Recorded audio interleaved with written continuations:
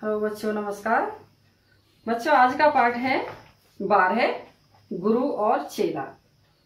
बच्चों, ये जो कविता है ये बहुत लंबी है, इसलिए इसमें से कुछ पैराग्राफ मैं रीडिंग करूंगी और उनका मीनिंग समझाऊंगी। तो बच्चों, किताब निकालें और अपना ध्यान से सुने। पाठ 12 गुरु और चेला। गुरु एक थे और था एक चेला, चले घूमने पास में था नधेला। चले चलते चलते मिली एक नगरी, चमाचम थी सड़कें चमाचम थी डगरी। बच्चों, एक गुरु थे और एक चेला था। दोनों घूमने के लिए निकल पड़े थे। उनके पास में एक भी पैसा नहीं था। जब चलते गए चलते चलते उनको एक नगर मिला, एक नगरी मिली। वहां पर जाकर देखा उन दोनों ने कि वहां की जो सड़कें थी चमक रही थी और नगरी भी चमचा रही थी, यानी चमक रही थी। मिली एक ग्वालिन धरे शीस गगरी, गुरु ने कहा तेज ग्वालिन ने भगरी। बता कौन नगरी बता कौन राजा, कि जिसके सुयश का यहाँ बजता बाजा। जब गुरु और चेला नगरी में पहुंच गए, वहां देखा उन्होंने कि वहां की सड़कें चमक रही हैं, वहां के रास्ते चमक रहे हैं। और वो जो है वहां देखा कि वहां पर एक ग्वालिन अपने सिर पर गगरी ले करके वो जो तेज तेज चल रही थी। तभी गुरु जी ने कहा ग्वालिन से, ग्वालिन रुको, तेज मत जाओ, दौड़ो मत। ये बताओ कि यहाँ ये नगरी कौन सी है, इस नगरी का क्या नाम है और यहाँ का राजा कौन है। कहा बढ़ के ग्वालिन ने, महाराज पंडित पधारे भले हो यहाँ आज पंडित। यह अंधेर नगरी है अनबूझ राजा, टके शेर भाजी टके शेर खाजा। ग्वालिन ने आगे आकर के कहा, महाराज पंडित आप यहाँ पधारे हैं, अब मत पूछिए। ये जो नगरी है ये अंधेर नगरी है, यहाँ कोई किसी की नहीं सुनता। अनबूझ राजा, राजा भी मूर्ख है यहाँ का, इसलिए यहाँ पर कोई भी चीज जो है 1 टके की एक सेर मिलती है, चाहे वो सब्जी हो चाहे वो कोई दूसरी चीजें हो।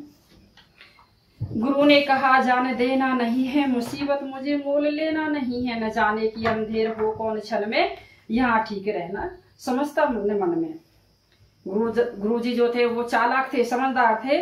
उन्होंने सोचा मन में कि यहाँ पर हम लोगों को नहीं रुकना चाहिए, क्योंकि अगर यहाँ पर हम रुक गए तो हमारी जान खतरे में पड़ जाएगी। कोई ना कोई मुसीबत हमारे गले पड़ जाएगी, क्योंकि न जाने कौन से क्षण में ही हमारे लिए क्या बुरा हो जाए। गुरु ने कहा किंतु चेला ने माना, गुरु को विवश हो पड़ा लौट जाना। गुरु जी गए रह गया किंतु चेला, यही सोचता हूँगा मोटा अकेला। गुरु जी तो ने कहा अपने चेले से, चलो लौट चलते हैं यहाँ से, लेकिन चेला जो उनकी बात नहीं माना। चेले ने कहा कि नहीं, मैं नहीं जाऊंगा, इसलिए विवश होकर के गुरु जी वहां से लौट गए। लेकिन चेला वहीं पर अकेला रह गया। चला हाट को देखने आज चेला, तो देखा वहां पर अजब रेल पेला। टके सेर हल्दी टके सेर जीरा, टके सेर ककड़ी टके सेर खीरा। इतने में ही गुरु जी के चले जाने के बाद चेला जो है बाजार में चला गया, और बाजार में जाकर के उसने क्या देखा, रेला पेला चल रहा है, हर चीज टके सेर मिल रही है। जैसे कि 1 टके की 1 सेर हल्दी, 1 टके का 1 सेर जीरा, सेर यानी केजी, या 1 टके सेर ककड़ी, और 1 टके की 1 किलो ककड़ी, 1 सेर ककड़ी, और 1 टके की 1 सेर खीरा, यानी हर चीज ही मतलब जो 1 टके की 1 सेर मिल रही थी। टके सेर मिलती थी रबड़ी मलाई, बहुत रोज उसने मलाई उड़ाई। सुनो और आगे का फिर हाल ताजा थी, अंधेर नगरी था अनबूझ राजा। वहां पर जो है 1 टके की 1 सेर मलाई मिलती थी, रबड़ी मिलती थी, मलाई मिलती थी, मिठाइयां मिलती थी। अब चेले ने क्या किया, रोजाना 1 टके की 1 सेर लेकर के मलाई खूब उड़ाई उसने वहां पर जो है, क्योंकि अंधेर नगरी थी इसलिए वहां पर वहां का राजा भी अनबूझ था, इसलिए हर चीज टके सेर मिलती थी। फिर उसने देखा बरसता था पानी, चमकती थी बिजली थी, बरसात आई दमकती थी बिजली, गरजते थे बादल, झमकती थी बिजली थी, बरसात गहरी धमकती थी बिजली। उसने अचानक से देखा वहां पर जो है पानी बरसने लगा, बिजली चमकने लगी, और बरसात आ गई, बारिश आ गई तेज, बादल गरज रहे थे, और तेज जो है बिजली तेज चमक रही थी। ज्यादा बारिश हो गई तो फिर उसके बाद क्या हुआ, गिरी राज्य की एक दीवार भारी, जहां राजा पहुंचे तुरंत ले सवारी, झपट संतरी को डपट कर बुलाया, गिरी क्यों है दीवार किसने गिराया। राजा जो है वहां पर जैसे ही उनको पता चला कि राज्य की एक दीवार गिर गई है, वहां अपनी सवारी लेकर के पहुंच गई और उन्होंने तुरंत संतरी को बुलाया। संतरी से कहा कि इस दीवार को किसने गिराया है।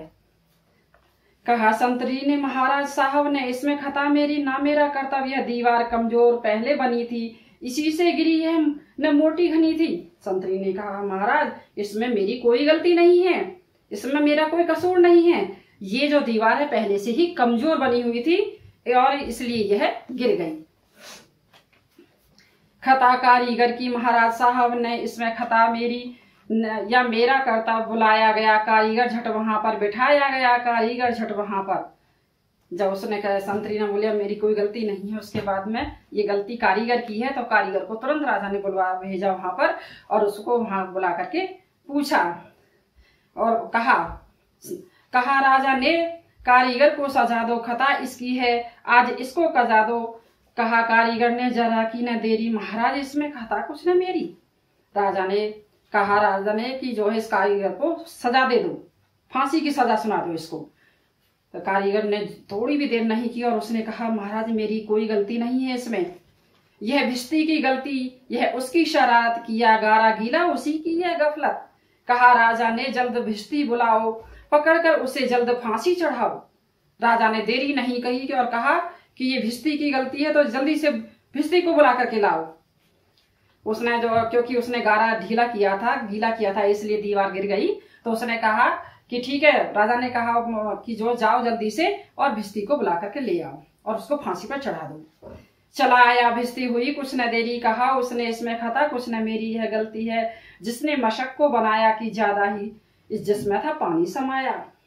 भिश्ती आया, भिश्ती ने कहा महाराज मेरी इसमें कोई गलती नहीं है, ये गलती मशक को बनाने वाले की है, क्योंकि उसने इतनी बड़ी मशक बना दी उसमें पानी भी ज्यादा आ गया और उस मशक के पानी को उसमें गारे में गिराने पर वो गीला हो गया।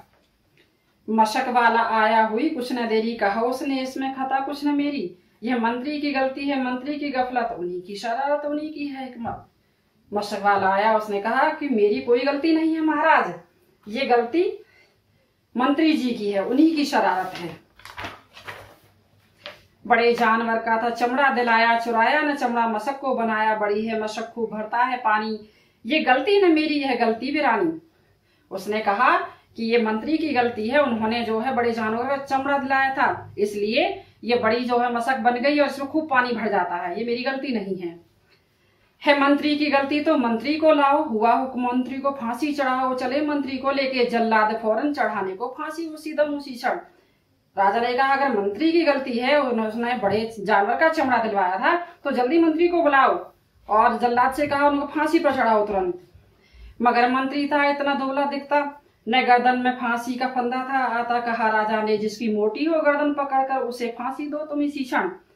मंत्री इतना दुबला पतला था, इतना कमजोर था और फांसी का फंदा बड़ा था, इसलिए उसकी गर्दन में फांसी का फंदा नहीं आ रहा था। उन्होंने कहा राजा ने कि जिसकी मोटी गर्दन हो उसको लेकर के आओ, उसे फांसी पर चढ़ा दो।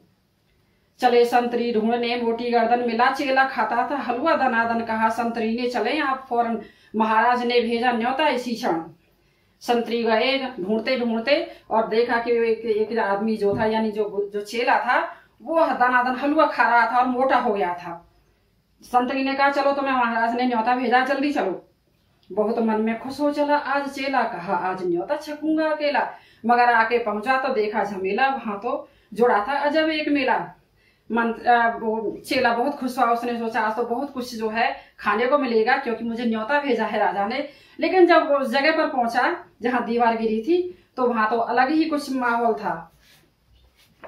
यह मोटी है गर्दन इसे तुम बढ़ाओ, कहा राजा ने इसको फांसी चढ़ाओ। कहा चेले ने कुछ खता तो बताओ, कहा राजा ने चुप न बकबक मचाओ।